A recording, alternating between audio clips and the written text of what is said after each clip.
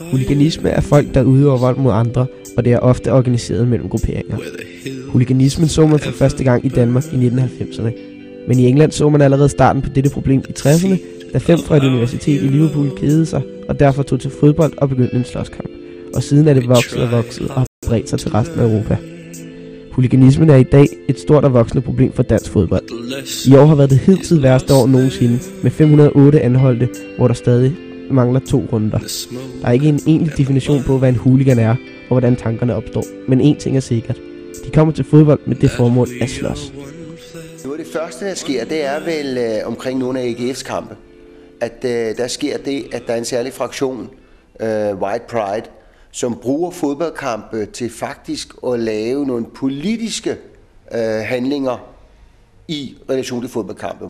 Men samtidig med det skete, så vi altså også i et par andre klubber, at der var de her grupperinger, der pludselig syntes, det var enormt sjovt, at man kunne komme op og slås og lave ballade i forbindelse med fodboldkampe. De grupperinger så vi dels i FC København, i Brøndby og i OB, og til dels også i OB. Så det var de klubber, hvor det hele startede. Hvad vil være den bedste indsats overfor hooliganismen?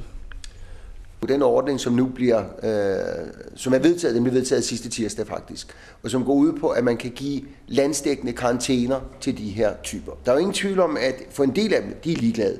De er sådan set ligeglade med fodbold, en del af dem. De møder bare op omkring fodboldkampen, og så er de i gang med at slås. Men for en stor del af dem, der også er, som ligesom går og flytter lidt med de her hooligan-grupperinger, er der tale om unge, som faktisk godt kan lide fodbolden også. Og mine tanker var faktisk, at hvis man giver dem et forbud mod at komme til fodbold, altså de får en karantæne, som ikke bare gælder på hjemmebanen, men også på udebanen, så de overhovedet ikke kan komme til fodbold, så må det have en præventiv effekt. Hvad er det for nogle mennesker, der er i miljøet? Det er alle slags mennesker, lige fra højtuddannet til lavtuddannet. Vi har jo alt fra læger til arbejdsløse, så det er ikke en speciel slags mennesker, der er i det miljø. Hvordan defineres hooliganregister så?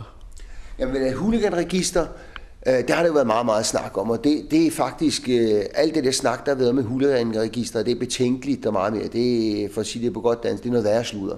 Fordi et hooliganregister er ikke andet end kan man sige, hvis du forestiller, vi har jo i forvejen register over alle dem, der begår noget kriminelt i Danmark. Der er jo noget, der hedder kriminalregister, og der kommer både sigtede og dømte i sådan et kriminalregister. Det man så siger, det er, personer, som begår en kriminalitet, som relaterer sig til hooliganisme, dem kører vi ind i et parallelt sideløbende register. De ville jo have været registreret under alle omstændigheder, bare i kriminalregisteret. Så der er jo ikke tale om en særskilt ny registrering af de her personer. Hvad synes du så om det nye register, der er kommet? Jamen, registeret er selvfølgelig med til at skabe mere konkurrence og se, hvilke hold der kan få flest registreret, og så hvem der selvfølgelig er hårdest. Hvad bliver der gjort ved indgangen for at holde dem væk, som så står i registeret? Jamen, det er jo det, som det nye forslag går ud på. Det går ud på, at når vi nu får fat i nogle typer, som har lavet noget rigtig kvalificeret, noget rigtig grimt noget, som gør, at de bare ikke skal have lov til at komme ind på fodboldbanen mere, så vil der blive lavet en lille, en lille håndbog med fotomateriale af de typer, hvis det er FC København, der kommer til OB for eksempel, ikke? Så vil der være 18 for Aalborg, og der vil være 10 for FC København, der måske ikke må komme ind. Og der har man nogle særligt uddannede kontrollører, som indgår i et særligt samarbejde med politiet. Og det er disse kontrollører, der bliver udstyret med billeder og oplysninger om de personer, som ikke må komme ind. Så det er ikke politiet, der siger, at I ikke må komme ind. Det er altså politiets oplysninger, der danner grundlag for, at enkelte kontrollører får viden om, at til den kamp må de og de personer ikke komme ind.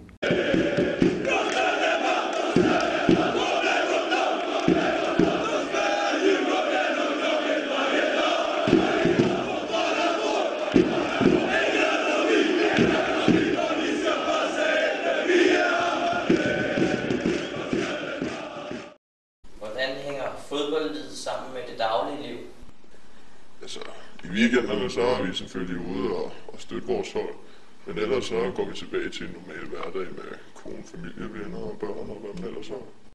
Hvad gør I for at stoppe samarbejdsgrupperne mellem landene? Ja, man kan jo ikke gøre så meget. Altså, man kan sige, at vi har meget, meget tæt politimæssigt samarbejde. Og så inden for EU er der også lavet nogle tiltag, som blandt andet går ud på, at man politimæssigt udveksler oplysninger på tværs af landegrænserne. Hvad kunne få dig til at holde op? Altså, hvis en af mine kammerater kom alvorligt til skade under en kamp, eller jeg selv blev meget, meget hårdt ramt, ellers så tror jeg ikke, der er noget, der vil stoppe mig for at gå ud og støtte mit hold. Der er ingen forklaring på, hvordan man definerer en hooligan.